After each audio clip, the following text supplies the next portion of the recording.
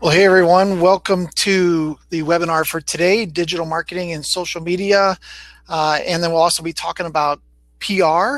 Hopefully you guys can hear me okay. I'd love for everybody to jump into that chat area to the right of your screen, I believe, and let me know if you can hear me speaking, so I know I'm not just talking to myself.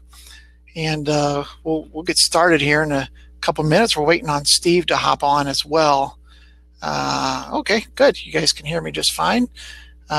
Steve was having trouble with the link. Luckily, he gets to go second, so he's got plenty of time to jump on. But I'm going to be doing double duty here, watching for him pop on and try to give him access and everything, and go through my presentation as well. So good. I'm glad everybody can hear me, and hopefully you guys are having a terrific day. If you're in St. Louis, it's a little bit chilly out there, but I guess that's to be expected for November. That's within reason, I suppose, right? Well, we got a lot of people on today. This is great. Don't see Steve on here yet, but we will give him another minute, and then we'll go ahead and get started. By the way, you will get a link to the replay afterwards if you have to jump off a little bit early. Which I would not recommend you doing, because we're going to have a special offer that's close to $400 off for a package that Steve and I both will be doing. So we'll talk more about that at the end. But I'm going to go ahead and get started and switch my window here. And we'll start talking about SEO and all that good stuff, right? So just real quick about myself. This is my 20th year in business and my 13th year teaching search engine optimization and marketing related things. I also taught 7 years in a row at the St. Louis Business Expo, which is a great event here in town. Today, I'm going to be covering some things about it. The coming year, what things have changed. We're going to talk a little bit about paid ads. We're going to talk about chat bots. I don't know if you guys have had any experience with those yet, but they're pretty awesome. Talk a little bit about social media automation. So some things that small business owners can do to automate some of their social media, and some things that we actually do here at Red Canoe. And then we'll also be talking a little bit about influencer marketing, which is a growing phrase that I'm hearing more and more about. It's been around for a long time when you think about trying to get your products in the hands of a celebrity, for instance. But influencer marketing basically is other people that maybe run a blog or something like that that's really popular, and getting in front of those people. So we will be talking a little bit about that. I'm going to let Steve in now that he's on the line here. Hopefully he can pop in and jump. Oh, there he is. Steve, how are you? Good. How are you? Doing well. Doing well. So I'm going to go ahead and get started with this. It sounds like everything's in place. Once we go to your turn, then all you'll have to do is pop up your PowerPoint and we'll be good to go. Excellent. All right. Let's see if I can blow this up. Everybody can see that full screen right there. Let me know if you can see that, so I know that I'm doing the right thing. Steve says, I know. I'm in, thank goodness. So, okay, you guys can see it. Cynthia and Sally say they can see it. So, awesome. All right, let's go on. So, the first thing I want to talk about is SEO, and really there's 5 different parts of this that are really going to be key to your success next year. So, first is link building, and we'll go into a little bit more detail in each of these. Number 2 is snippets, also known as rich data. Number 3 is voice search, and it's very possible that you're already using that. Visual search is another really cool thing that's going on. And then the mobile first index, which we'll talk a little bit more about in detail. So first of all, link building. So one of probably the biggest thing that businesses don't do when it comes to SEO, they may put their title tags correct and do their keywords and that kind of stuff. The big missing piece really is link building. So what that is really is getting links on other websites that are not yours, pointing back to your website.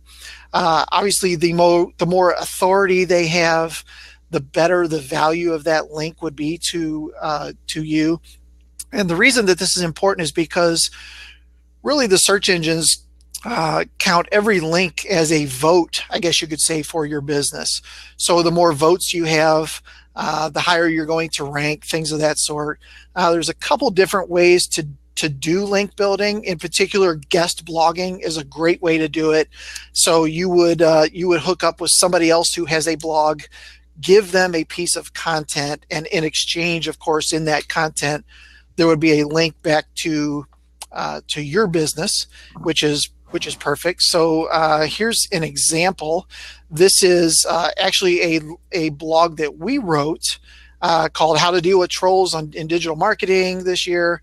And this is not on my website, but rather on a website called Crowd Reviews. So this entire thing is on an external website pointing back to my own business. And then what we did is in the middle of this content, right there is a link that goes back to our website. And of course, we actually pointed to a specific page on our site around building Facebook pages, things of that sort. So it's what we would call an internal link. It's not just pointing to our homepage, but pointing to a specific thing that we do with related keywords. So this is a great way to get links back to your site.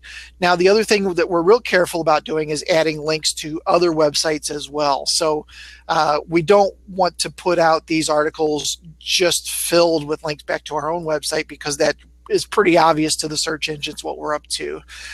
So in this case, we also put a thing to Huffington Post Code of Conduct. Code of conduct, if I could only say it. So when you are doing these different link building type things, especially around guest blogging, this is probably the best way to get links back to your own website. Let's see. Okay, Vicki, you do not have audio. Is everybody else still hearing me okay? Okay, good. Okay, Vicki, I hope you can get your audio fixed there. So I'm going to go on here. Number 2 is snippets and rich data. And this sounds crazy, but it's not as crazy as it seems. One of the really cool things, this is called featured snippets. And you may have seen this in Google already. When you start to type in a specific thing, it actually answers the question before you even have to go to any website. So that's one really cool thing. This is called a featured snippet. And the way that you get into these particular things really is just by writing really good content that answers specific questions that you know that your audience is already asking. And you would think it, and in the past, quite honestly, being an SEO guy, that in the past I would think, oh gosh, we're going to answer this question. They're going to read this right here, and they're never going to come to our website. But surprisingly, they do still come to the website. And I'll show you an example of that in a minute here. Here's how to tie a tie. If you type that in, Google actually gives you the steps. Actually, it only gives you the first 6. There's more than that, but it gives you the answer right there inside Google. They're trying to keep you into their system. Now you'll see that this is actually going to ties.com/how-to-tie-a-tie/Windsor. So you get the first steps there, and then of course you can click on that result to go see the rest of that particular answer. Here's another one. This is one of my clients. Do 2 twins equal a king? You would be crazy surprised at how many times people type this in. So we actually have a blog on that. So our blog shows up with the answer right there. However, we're also the first organic result underneath there as well. And this is where it gets really crazy cool. If I look just in Google Analytics for that particular blog, it's the #1 blog that we get traffic to. So not only are people seeing this answer in here, but they're actually clicking on that and coming to our website. 1,500 people came in whatever time frame this is, but compared to the second most popular page on that site, which is the steel bed frames page, which only got 1/3 of that traffic. So answering these questions and writing real good content so that they are pulled into those featured snippets is definitely worth spending time to do and do well. Something funny, I actually was doing a little research on this and I typed in featured snippets, and there is a featured snippet on featured snippets. So found that kind of funny that searchenginewatch.com has an article on it, and it actually popped up.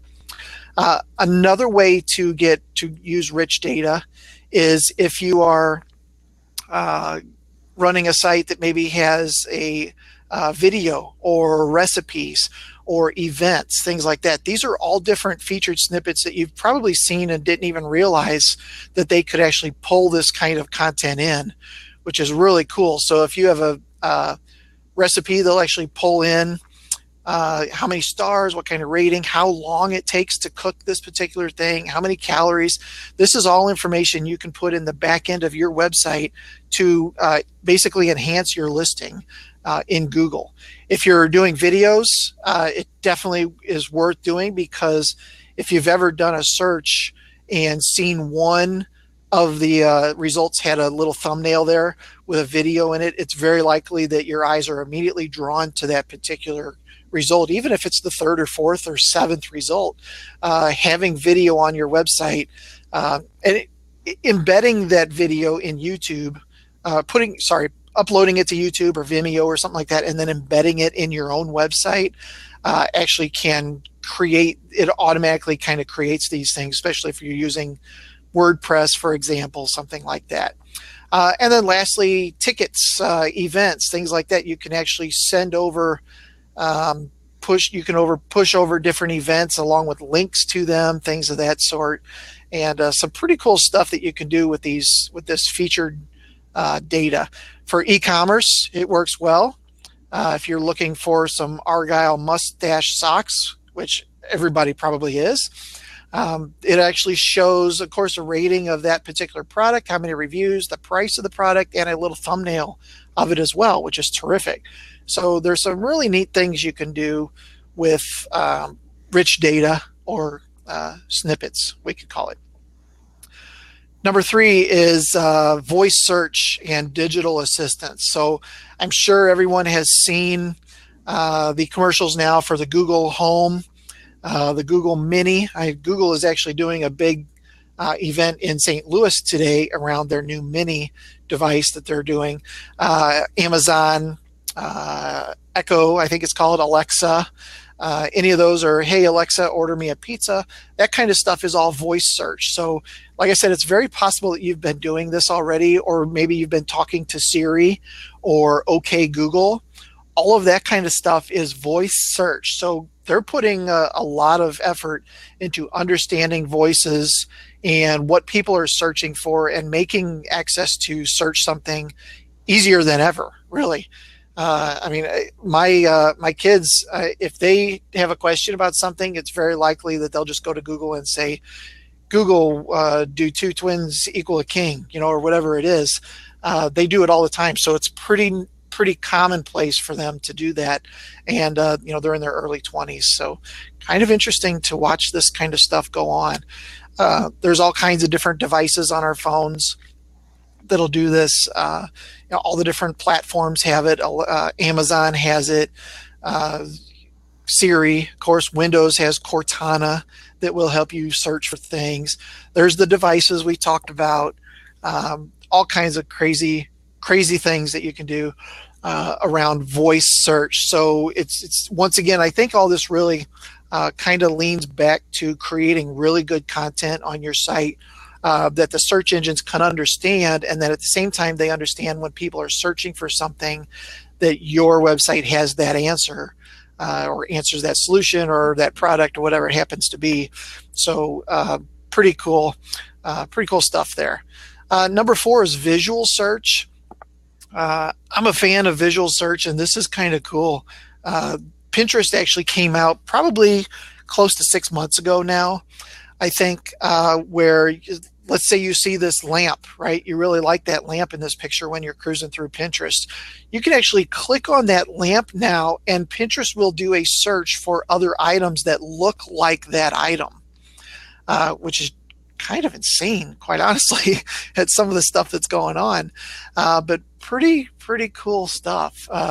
Now, another one that I use a lot is Amazon. And if you're in an Amazon app, you'll see in that right corner is a little picture of a picture of a camera. You can click on that and point your camera at some sort of a product, and it will actually scan the product and pull up results in Amazon that, of course, you can purchase related to that. But really crazy, insane stuff that you can do. I use Amazon a lot when I'm looking at books or things of that sort and want to see what they're selling them for. But you can do it for products. You can do it for a lot of different things. And like I said, of course, the results that come up are on Amazon, so you can purchase it from them. For about, I'd say 3 or 4 years now, not many people know about this, but there's a app out there called Google Goggles. And this is very similar to what we were just talking about with Amazon, but you can do it with places. So in this instance, you could take a picture standing in front of the Golden Gate Bridge, and it will actually pop up results depending on what you're looking at. So if it can understand where you're at and what you're doing, of course, it uses your location, things of that sort, but it will actually pull up results and tell you more about whatever that is you just took a picture of. This also works for products. It also works for logos.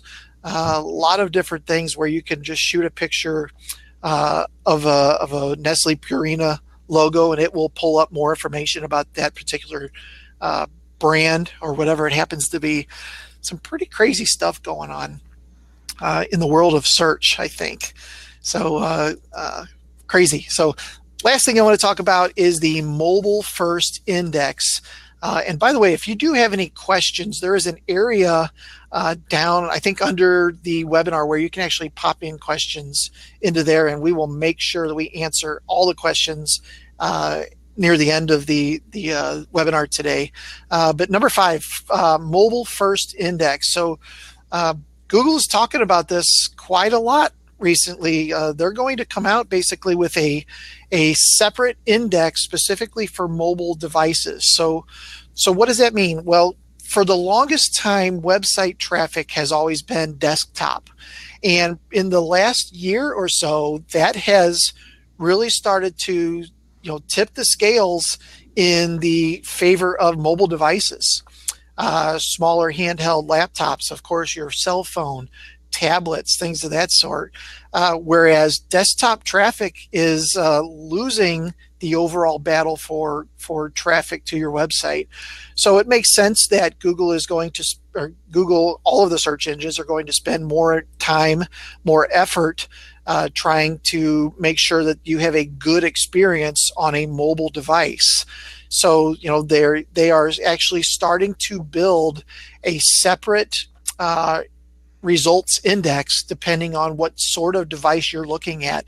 So if you look up something on your desktop at your office, and then you look up the exact same thing on your cell phone while sitting in front of your desktop, it's very likely that you'll start seeing 2 different results for that exact same search. And the reason for that is because maybe the website that was number 1 on desktop is not optimized for mobile.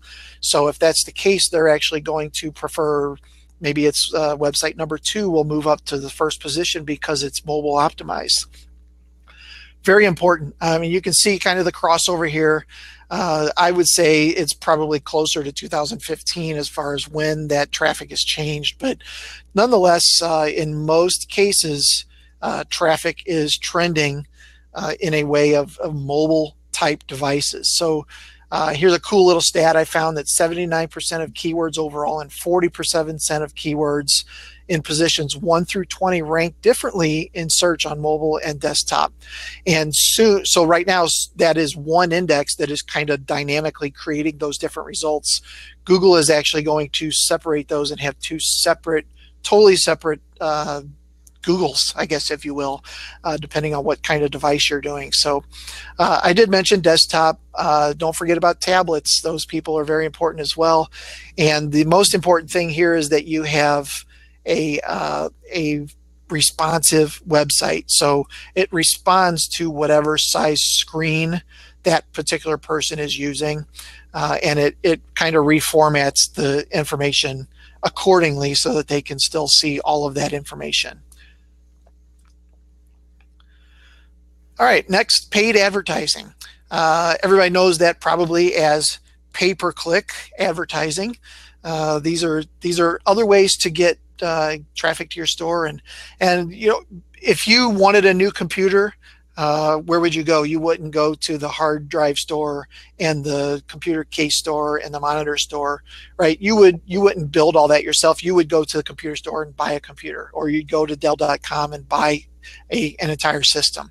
Well, there's really no difference anymore between that and traffic. So the days of trying to piece together getting more traffic for your website are pretty much gone. If you want traffic, you go to the traffic store, and you get it maybe from one of the bigger players like Facebook or Google AdWords. These are both great systems to get traffic to your site.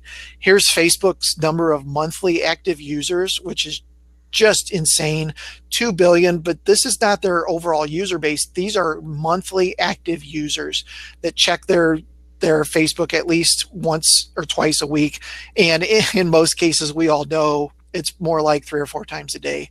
But pretty crazy the audience that is available there. At the same time that audience is building, Facebook pulled off one of the biggest bait and switches in history, I would call it, and that is they took away all of our organic traffic to our Facebook pages and things of that sort.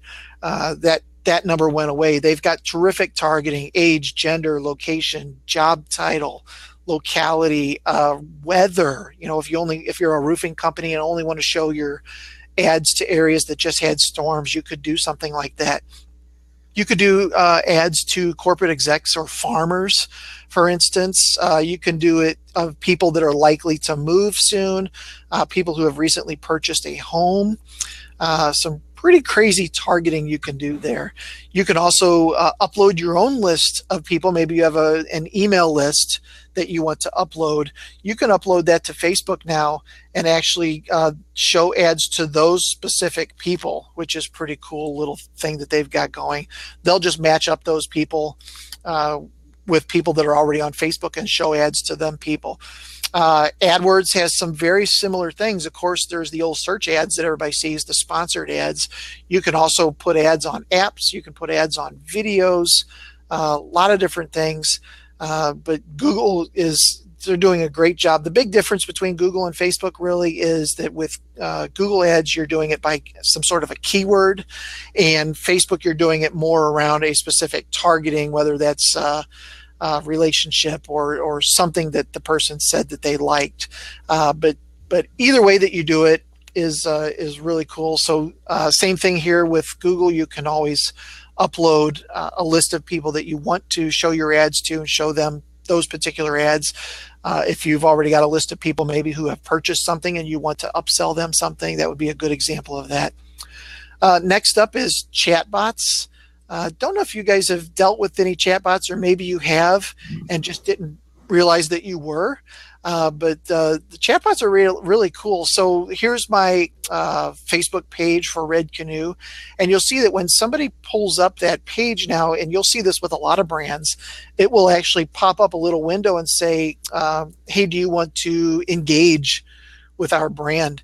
And I think just yesterday, Facebook Messenger actually came out with an option to run chat on your own websites using the Facebook Messenger platform. So that's brand new, that just came out, but some pretty cool stuff. Here's an example of the Hyatt. He just went on the website. It popped up and said, can I get a room? And this bot replied to him, yep, we have a room. Here's the rate. Do you want to sign up for it? Here's a company called Health Tap, where you can actually just say, you can type in a question to them, how do I get more sleep? And their bot will actually take those words and come up with some sort of a result for you. Here's something that we said is a good way to get more sleep. Here's a blog about that. Here's a company called Spring. This is pretty cool. So, hey there, what are you looking for today? Well, I'm looking for men's items. When I click on that, it says we can help with that. What kind of men's items? Well, I want clothing. When I click on clothing, nice. What kind of clothing? So you can kind of build your own funnels inside of some of these systems as well. Here's 1-800-Flowers. You can jump right on their messenger app and say, I need to order flowers, put in the address. They'll ask you for the credit card. Boom, flowers are on their way.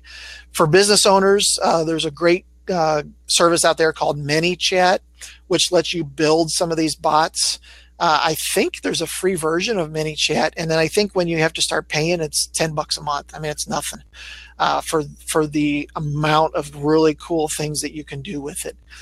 Here's an example of David who popped up on my thing, and basically my bot asked him a couple questions, and then he said, well, I need something else. So he didn't want e-commerce or SEO. He wanted something else. So once that happened, my bot replied and said, okay, no problem. Let me get a human on here for you.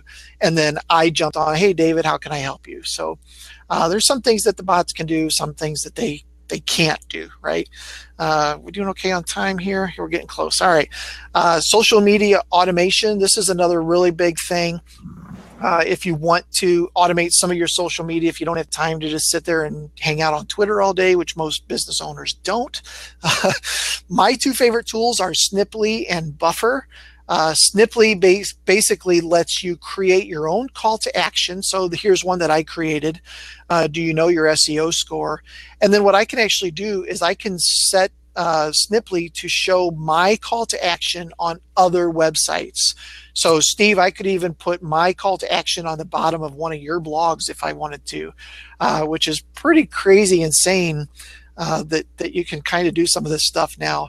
Snipply's $29 a month, so a little high, but I mean, if you get one person to sign up for your e-newsletter or something like that, you know, it might be worth it, or one a week or something like that. The other cool tool that some of you may already be using is Buffer, and that's at buffer.com. Buffer basically hooks up to all of your different social media profiles that you have, and then it does just what it sounds like. It creates a list or a buffer of things that you can then share out to all of your different social media networks. Really cool. It scrambles everything up, so you just add them. Let's say I'm on this website and I want to share this. I can actually share it to Snipply, or I can share it to Buffer right there. There's Chrome extensions for both of those. And it will immediately just dump into the queue in my Buffer account and share out over the course of time. So really cool. Buffer, I think it's $10 a month. I think they actually have a free version. The free version, you can only buffer up to 7 days worth of posts and tweets. And then with the paid version, I think you can do up to 60 days or something like that. So quite a difference in the overall amount that you can do, but really cool. All right, last thing, I think I'm doing okay. I got a couple minutes left. Influencer marketing. We kind of already talked about this a little bit, where basically finding influential people, and instead of targeting just a mass audience, get your product or whatever in front of those particular people. Typically, there's two ways to do that. You can either offer them exposure. If you have a good brand that gets lots of traffic, hey, we'll do something in exchange for some exposure for you, or you could just pay them to do some sort of a review on your product, something like that. Probably one of the most famous ones is Smart Water with Jennifer Aniston years ago. They got their product in her hands, and then of course pictures were taken with her around it. This is maybe a celebrity example of it, but there are ways to do this without celebrities. For instance, if I wanted to find people who wrote about productivity, I could just go to Google and type in productivity blogs, and then here's a blog on productivity. I could find out who these people were, look them up on Twitter. I'm sure they have their contact information in these different articles, and then reach out to them and say, hey, I'd love to get my product in front of you. There's also some cool tools out here that you can search for people, by, in this case, weight loss bloggers. So people who have self-identified themselves as that, and then you can look in there and see how many tweets, how many people are following, reach out to them and try to get them to do some stuff for you. Here's a couple examples for you. Sperry, the shoe company, identified 100 micro influencers on Instagram, basically asked them to take pictures of the shoes they're already wearing, and then of course mention Sperry in there, and maybe they'll share that with their own Instagram account, so you'll get more exposure, kind of a thing, which is cool. Naked Juice did something very similar. They found some different lifestyle bloggers and asked them to take pictures of Naked Juice along with some of their outfit related stuff. Pretty cool little thing. Hallmark did it last year to promote their ornaments. They basically asked people to share different moments, picture along with a little paragraph about why they love this particular moment. And then of course they had a special hashtag related to that as well. As far as paying influencers, one of the best places to find how much do I need to pay somebody to do something for me, jobs.problogger.com actually is a place where you can go list people to do this kind of stuff, but it's also a great way to find out what people are hiring bloggers to do. So you can kind of get an idea there as far as where to get more information and especially pricing. So really it's all around building relationships, and just approaching somebody out of the cold probably isn't going to be the best thing to do, but building those relationships and stuff like that is a great way to do it. So wrapping up, here's the things we talked about on my end, and of course Steve's going to jump on here and we're going to talk about public relations, press releases, getting reporters' attention, some of those things. Probably the biggest things here are definitely the paid ads. The chatbots are really growing in popularity, and some of these other things. So if I didn't mention it, building relationships, very important. So with that, I am going to see if Steve is still there. Steve, you still there? Yes, sir. Okay. All right. So I am going to see if I can give you control. If you want to pull up your PowerPoint, I will hand over the reins. You'll probably need to click that screen share button. By the way, if anybody has any questions, make sure you put them down there in the bottom, and we will answer those at the end to make sure that everybody gets everything answered, and we'll also have a special offer. Okay, Steve, I see you there. There you go. All right, it's all yours, buddy. All right, super. Yeah, this is getting ready for 2018 with public relations, and there are so many great opportunities out there with free services, and we're going to talk about some of those right now that will really help you take your marketing to a new level for next year. That's me. Rare to see me in a coat and tie, but wearing one in that picture, so you kind of get an idea of who I am. And my background is 30 years of PR. Hey, Steve. PRSA. They said your screen's not showing, so let me see if I can do something here to get it to show. Okay. Oh, all right. Somebody said it's showing now. Okay, maybe I was a little bit behind. Okay, so can everybody see the Igniting Your PR in 2018? Some people can and some people can't. That's weird. All right, let me see if I can move it over here. Oh, you know what? Maybe I need to turn off my screen sharing. I bet that's what I need to do. Let me turn mine off. So give me just a second. And I will see if I can turn this off. And now blow you up.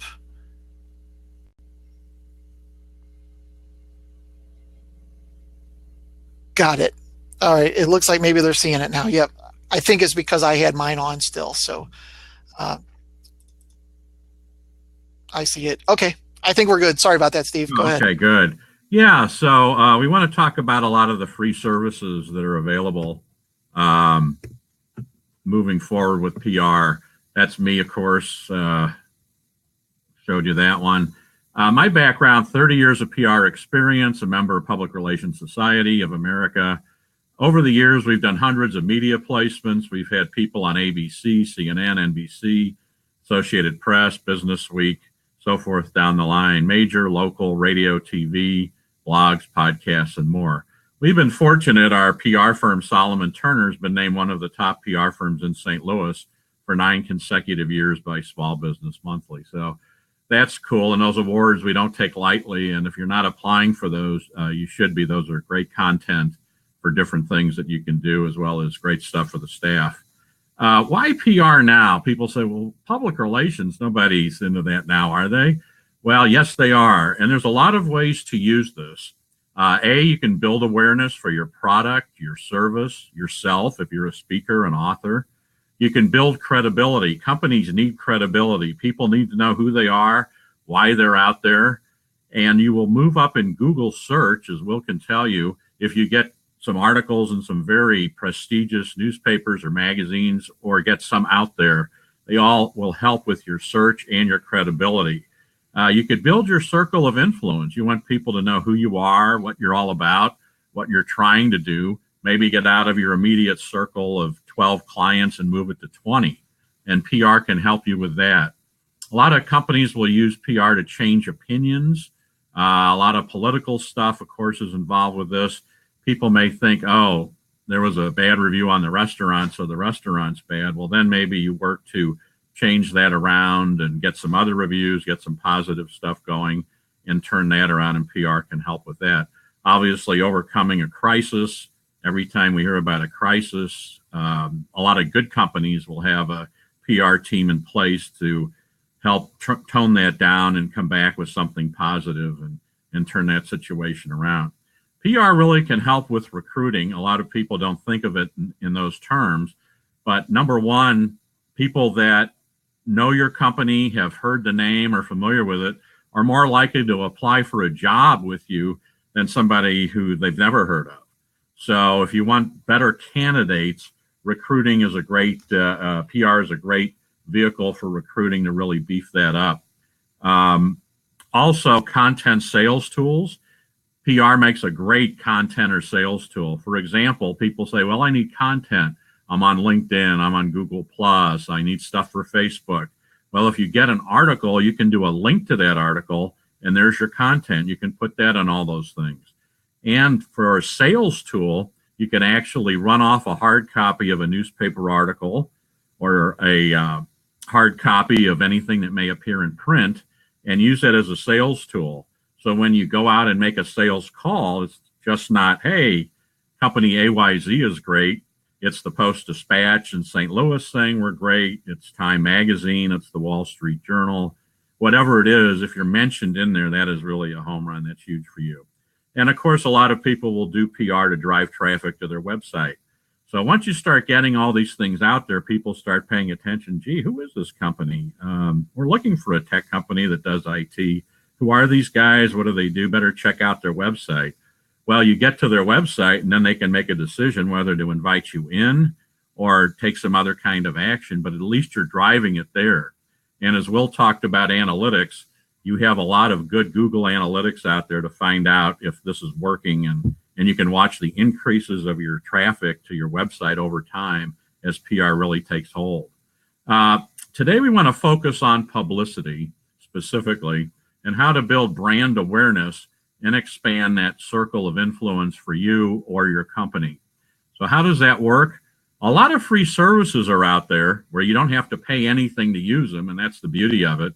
Our favorite, and I'll get more into this in a minute, is Harrow, which is Help a Reporter. There's also ProfNet Connect and ProfNet, which is a paid service, Source Bottle, and Media Kitty. And there's one or two that are coming up new from time to time. We're on a beta test for something brand new right now. We're going to see how that goes.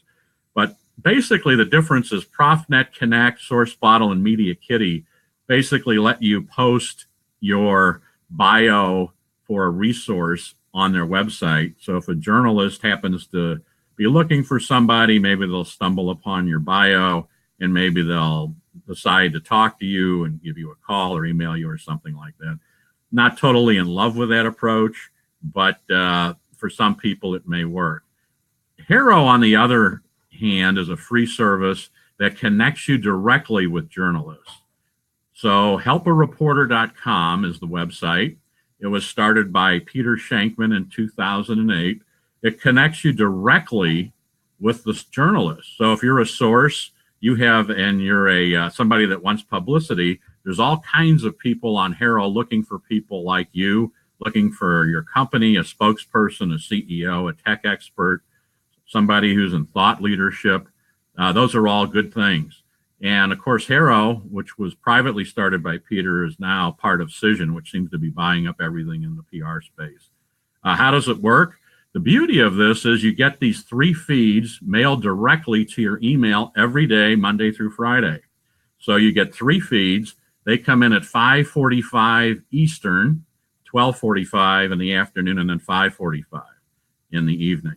So you get 3 feeds every day, Monday through Friday. So you're going to get a lot of possible leads out of each one of those. Some may be applicable and some may not be, but you get those mailed directly into your inbox, and you can't beat that. And usually there's 50 to 100 people looking for sources during those emails. So those are all great things for you. Each feed is divided into 8 categories. These are the categories that people are looking for: biotech and healthcare, business and finance, entertainment and media. There's a general category which kind of gets spilled over. There's a lot of real estate stuff in there, different things, even business stuff sometimes gets thrown into the general category. There's high tech, where they're looking for specific experts in high tech. There's lifestyle and fitness. There's sports, and there's travel. And travel keeps growing and growing. You see 5, 6, 10 maybe as it keeps going. And USA Today and a lot of people like that are looking for resources for the travel section. And not always experts, but sometimes just you and me, consumers that have tried this, traveled that, been there. They're interested in your opinion. So there are those different categories available, and you could subscribe to each one. If you don't want to subscribe to the whole newsletter each time, you could subscribe to each one individually. So if you say, well, we have a biotech company, and I'm just interested in the biotech subdivider, that's fine. You can subscribe specifically for that and not worry about getting any of the other stuff. Harrow makes that possible. Where do the journalists come from? Well, a lot of these people are big time journalists, and some others are bloggers, or they write for a magazine. You will see television stations from time to time looking for stuff. A lot of them are looking for consumer products to talk about on their morning news, or a Show Me St. Louis kind of program. Newspapers and wire services are good. Associated Press is always on there. And if you're selected for an article that they do and they quote you, that can show up in 200 to 300 newspapers, not only in the U.S., but worldwide. A lot of bloggers are writing blogs for big websites, and so they need people to quote on different things. There's online publications that are like Huffington Post that are looking, and also trade associations that'll have a newsletter or a blog, and they're looking for people to comment on different things as well. So those are all good resources. The journalists come from everywhere, and some are big time things that you can get on and really make a big difference with your company or you individually. What journalists want? They want subject matter experts, people that really know their field in a lot of cases. They want quotes they can use. They don't just want a bio. They don't want to have to work to call you and figure out if you're a fit. They don't have time. They want quotes they can use. They want connections for future stories and resources who can respond quickly. Now, I will tell you that Harrow is very popular, and there are 100,000 people that get those feeds. So you need to be on target when you do respond, and you need to respond quickly. So there's no time to call somebody, call a client, call your boss, call somebody in the company and sit around for 2 days hoping they'll respond. That's not going to work with this service. Let's take a look at what a general feed looks like. Here's a few things that came through. Small business cash flow story, chase.com, big website. Quotes from an interior designer required. Architectural Digest, that's a great magazine. That would be a home run if you're an interior designer to be an Architectural Digest. Restaurant back office technology, something called fastcasual.com. That may work if you're a tech company that does work in the restaurant industry, what your dreams say about your health bustle, and how to hire a good interior designer, Cocoon. So there's different things from people that are out there that are always looking for resources. So let's look at the small business cash flow story. This is what it looks like on Harrow. This is number 30, and they're all numbered in each feed. Beth Braverman with Chase.com, who I think I've met before, is looking for somebody, small business owners, to talk about how they manage cash flow during the busy holiday season. So she's looking for that, and there's the query number. So you will highlight that query in your response, and when you send that in, you don't send it to Beth, you send it to that query, and Harrow will make sure she gets it. There's a deadline there, as you can see, November 6th at 4 o'clock, and you need to have your response in by that time. If it's an hour or two late, you may not be considered. If it's another day late, then you're definitely not going to be considered, because there are thousands of people responding to a lot of this stuff. Quotes from interior designer required. Here's Claire Gillespie with Architectural Digest looking for somebody. I'm writing a feature about the Victorian home decor trend. Would like some quotes from an interior designer. Please only respond if you can work with this urgent deadline. Well, that was, she had it like 2 days. So you had 2 days to respond, and looking for something from that kind of a interior designer. So if you know stuff about Victorian home decor and you've worked it in the past, this is really a home run for you if you can respond with Claire and get on her good side and possibly get quoted. Some of the do's, and I'm going to run through these, and you can look at these and then, of course, come back to them. Pre-plan your responses. Have quotes and thoughts ready to go. Again, it's good to sit down with the thought leaders in your company. If you're the business owner, write down a few things that are always ready, some trends in your company, trends in the industry. They give you 2 days to get your responses in normally. And if you're past that, you're not going to be considered. And again, you don't have time to think about it for a full day or go back and forth. If you're in the PR business, go back and forth with the client. You need to have this stuff pre-planned, ready to go. And, once you write it out, it's good to go, and you can use it multiple times. Personalize your responses. You don't want to send stock feedback. Hi, I'm an expert in healthcare, and over the years, I've done this, this, and this, and hope you consider me for your story. Here's my email address. Well, that's not going to work. You need to specifically address each and every query that comes through. Otherwise, the reporter's not going to take you seriously. Again, they're getting hundreds of these, and first ones, first come, first serve. And if you're not on the ball, they're going to pass you by. So what we try to do is always personalize it with the reporter's name. That way they know we read it, we understood their query. Hi, Beth. Hi, Claire. So that kind of thing really helps going forward. So we like to personalize it. Then we like to write an impactful headline. This is the key that I think gets it read. If you don't have a good headline, why would they read the rest of your query, your response? So in this case, we were talking about small retailers handling money for the Chase blog with Beth Braverman.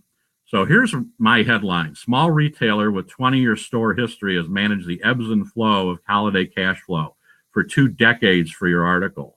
Now, when she sees that, she's going to know a couple things. A, you're credible. You've been around for 20 years. You obviously have experience managing the ebbs and flow of holiday cash flow, and you've probably have some interesting things to say about it that her readers would like to know. So those are all good things to put in that headline. It's got some impact. Answer the question. A lot of people won't answer the question. You should directly answer the question of what they want. I am the owner of Store X in Green Bay, Wisconsin. We're $1 million retailer with a 20-year store history. Here's how we handle our cash flow during the crazy holiday season. And put it in quotes and then submit your answer. And a lot of times these people will just pull your quote right out of your response and use that. They don't have time to call you or email you back. They'll just say, hey, your quotes were great. We're going to use 1 or 2. Thank you so much. And then the article will appear in 15 days. And, we will link it to your website or whatever. So you get all that, but you have to answer the question directly. Again, don't just send them a blanket response to everything that comes out there. Make contacting you easy. A lot of people will be hard to contact. You want to include your email address, your website, and your phone numbers to the reporter. Now, I know they're not going to call in 99% of the cases, but they will email you back if they want to use it. So it's always good to have all that. And sometimes the reporters want to know your LinkedIn and Twitter contacts, and they'll put that in the article as well. So always include your email, your website, and your phone numbers as you go along. Thank them. Common courtesy. I noticed our responses have our response rate is getting better from reporters when we thank them. So thanks for considering my responses. I really appreciate it. Hey, how about that? That's cool. Instead of just sending them something and say, hope this helps with your name, this is really a good thing. Thanks for considering my responses. I think that goes back to personalizing it too. Some things not to do with this source. Send the long bio. They don't have time to read a 10-paragraph dossier on some doctor or thought leader or somebody important, your CEO. That's no good. Again, don't send a generic response. Send something specific for what they want, and don't respond too slowly. If you're too slow, you're going to miss the deadline and they'll be on to something else. So you need to be quick. You need to pre-plan your thoughts and have all these things in the can. Here's something that worked in real estate. And we kind of changed the name around and some things because I'm not sure that they would want this publicized. But Bob W., a top real estate and professional in Seattle, for an interview on rising home values. A syndicated newspaper reporter put out a request for an expert on rising home values. So we put this in the subject matter. He was a little familiar with him, I think, in the past. So here's Bob W., a top real estate professional in the Seattle area, would like to comment on your story needs for rising home prices and what they mean for buyers and renters. Bob is the owner of 3 real estate companies, good credibility, right? Including W Investments, W Real Estate Coaching, and the W Group affiliated with Palmer House Properties. Bob is one of the largest real estate investors in the Northwest and has affiliate offices throughout the U.S. He's involved in over 200 transactions per year. He has his fingers on the real estate market and the latest trends. And in this case, maybe best to do a phone interview because Bob's so busy. Be glad to set it up. And we, in fact, did set up a phone interview, and it went pretty well. And he was included in a syndicated newspaper story. So this is good. You see how we built the credibility for this. We mentioned all the great selling points, his expertise, all the things he does. And we monetized it. He's involved in over 200 transactions per year. Hey, that's a big deal. Who wouldn't want to talk to somebody like that when you have a query like this one? Here's another one. We have a big data client, and we just went ahead and sent a bunch of points directly from what he said, interviewed him, got quotes, and sent him direct to the writer. Big data expert, works with companies daily on increasing productivity, good insights for your article. So we did point 1, 2, and 3 and sent them directly to the writer who's using some of them in their article. So you can kind of get the gist of it here. No need to recite it back to you word for word. You can kind of see it. And of course, you can go back to it later. But this is kind of the thing we're talking about. If you have a quote, send it directly to them, put it in quotes, and make it easy for the reporter to pull it right out, put it right under that story, and they will be thankful and awfully happy that you contacted them. So how do you measure success from all this stuff? Well, we're doing all this publicity. We're getting in these blogs. We're getting an article here or there, maybe in the USA Today or something like that. So you can look at the raw data, number of placements or views that you're getting. Hey, that's working. We're in 50 newspapers being quoted where we weren't in any before, or 5 or whatever the number is. Quality of the article with your targeted audience. Yes. If you're in healthcare, maybe you just want to target healthcare publications or people looking for physicians or orthopedic surgeons or whatever the gist of it is. So the quality will depend on the audience. So if you're an interior designer, again, going back to Architectural Digest, that's a home run. That's right on the money for you. And for other people in different disciplines, you can spotlight the places you want to be in. Content for social media, sales tools. Hey, we're building a lot of content for social media.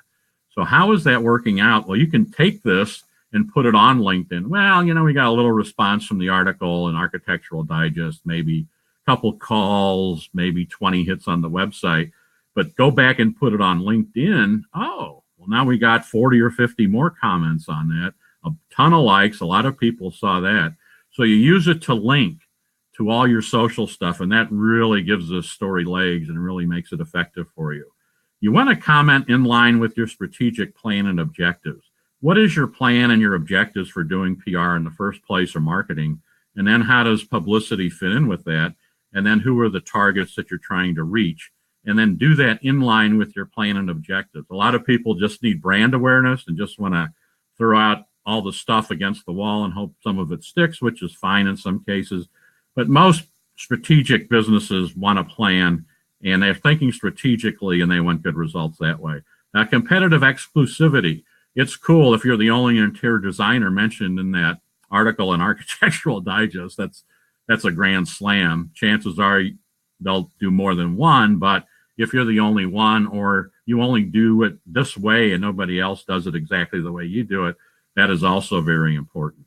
And again, increase web traffic and social media hits. See how many people want to connect with you on social media after you start getting some of these articles. What does your web traffic look like? How's all that going? To get in touch with us, I know Will and I can talk about this. There's our contact information, phone, website, and email. And so we can open it up for questions. All right. Are you able to still hear me pretty good? Steve, are you able to hear me? Yeah, absolutely. Oh, okay. Okay, excellent. All right. Yeah, so we do have a couple questions that have come in. I'm going to see if I can't switch this back over to my screen. If you give me just a second here, and we will do that. So let me click share. No questions right now, but good material. I'm glad that that they like that. Let me click screen share, and hopefully I've done this correctly and they can see my screen again. Oh, you know what? You may have to turn off the screen share button on your end again. Okay. There we go. All right. Got it. Let's see if that's me there. Can you guys see my screen here? Okay, good. All right. I'm not gonna blow this back up into presentation mode. So real quick, I wanted to tell you about a special that Steve and I are going to do. We kind of went back and forth with some ideas that would be really good value beyond what we've already provided for everybody. And I thought, it would be great to do an SEO audit for your website if somebody wants to get that done. Normally that's $5.59 just to get that done, and that takes a couple days to get through. Steve said we could do a couple press releases around whatever particular product and really get some more information out there for both businesses that way, or your business, I'm sorry, 2 different press releases. So the total on this is $11.78, and we're going to do it for well over half of that. I think it's $5.47 is a total we're going to do it. So actually right at half. But we will share the link that if anybody wants to grab that offer, they certainly can at the end. Steve, let's jump into some questions here. And I'm going to put up this link here. Let me click here. To get the special, it's bit.ly. How come it won't go over there?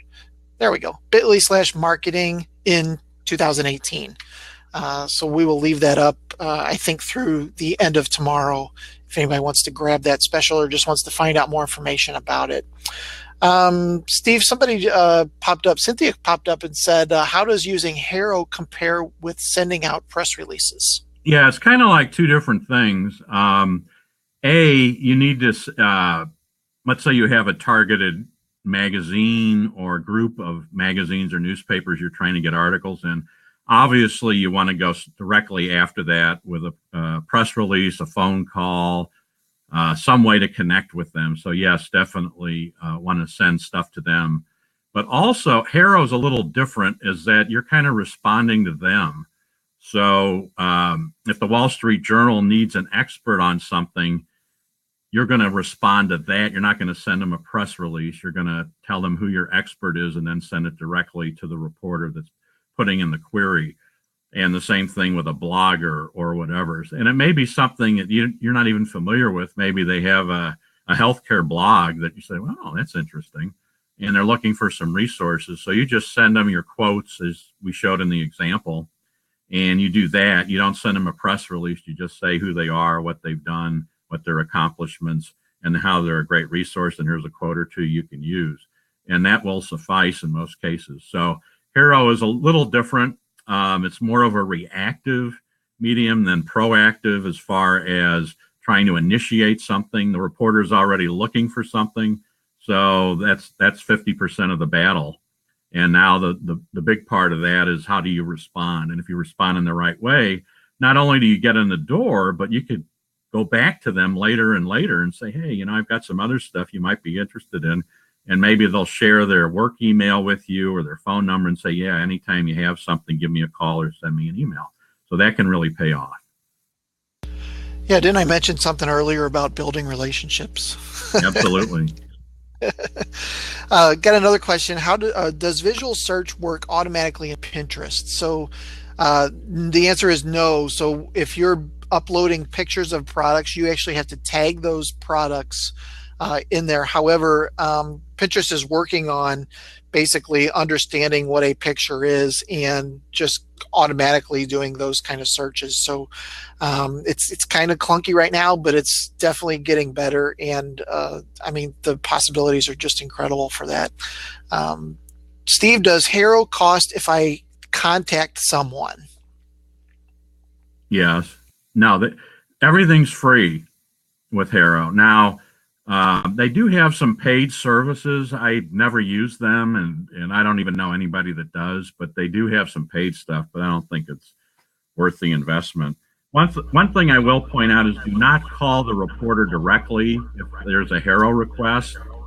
Go through them. Go through Haro, answer the query, and do it that way. Because a lot of reporters will get mad, or they won't even take your email or your call. I've run into that before, where they don't respond at all because I tried to cut out Haro early on, and that didn't work. So just respond to the request. The other thing that I should mention about Haro, since it's going through Cision in one of their editors before they send it to the reporter to make sure it's kind of what they want. So it is going through a filter. It is being filtered. So you need to be pretty much on topic and on subject without being too verbose. Otherwise, they'll just kill it and it'll never get to the reporter. So you have to be pretty much on your game to get these things through the system. And the more you do it, the better you get at it. I mean, it's like anything else. You start doing this, maybe the first time or two, you don't get anywhere. Then the third time you get something, and then you get better and better and better at it. And I've learned over time how to really make it pay off and what they're looking for. So you want to do that. And then in a lot of cases, if they don't use your resource or a quote, you'll get a response back that said, thank you so much. We were inundated with responses this time. Try us again next time. That kind of thing, which is nice because that way at least it went through and you're getting a nice thank you. I don't always thank you, but I think when it does go through, it's pretty cool. So, Steve, does Haro cost the reporters to actually put the request in there, or is it free on their end as well? Yeah, I think it's all free. Oh, nice. Yeah, it's kind of like Haro needs them, and of course we need Haro. Right. I mean, Haro wouldn't be anything without them. So yeah, it's a two-way street, and I believe they don't pay anything, so that's great. Okay. Got another question. Do I have to program a chat bot? So yeah, if you use a service like ManyChat, you have to put in all the prompts and the answers as well. And you can either prompt them to answer another question or you can dump them to a website. I think one of the most important things with the chat bots is to make sure that you let the consumer know that they're talking to a bot, right?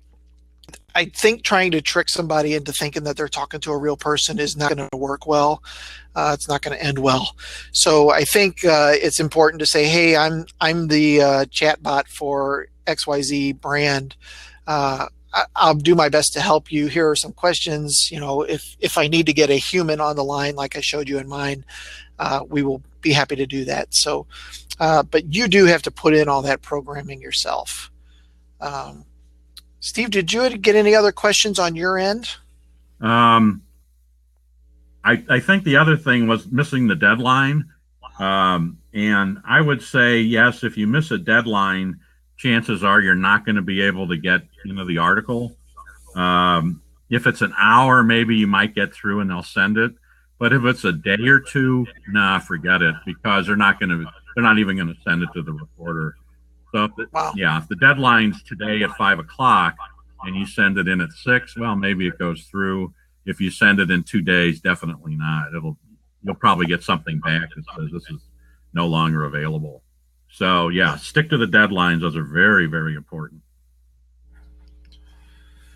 All right, well, cool. Well, we hit up on our hour. I think there's been lots of great information. Everybody seemed to enjoy it. As I said, we will be sending out a replay to everybody. So if you want to go back and review any of the things that I said or any of the stuff that Steve mentioned in there, don't forget about our special offer, bit.ly/marketing in 2018. That'll get you a complete SEO audit of your site and 2 press releases from Solomon Turner. And we really appreciate everybody jumping on today. I think it was a good success, and we had quite a few people, so appreciate it. Thank you. Steve, thank you. Thank you. Thanks for jumping on. We'll talk to everybody later. See ya.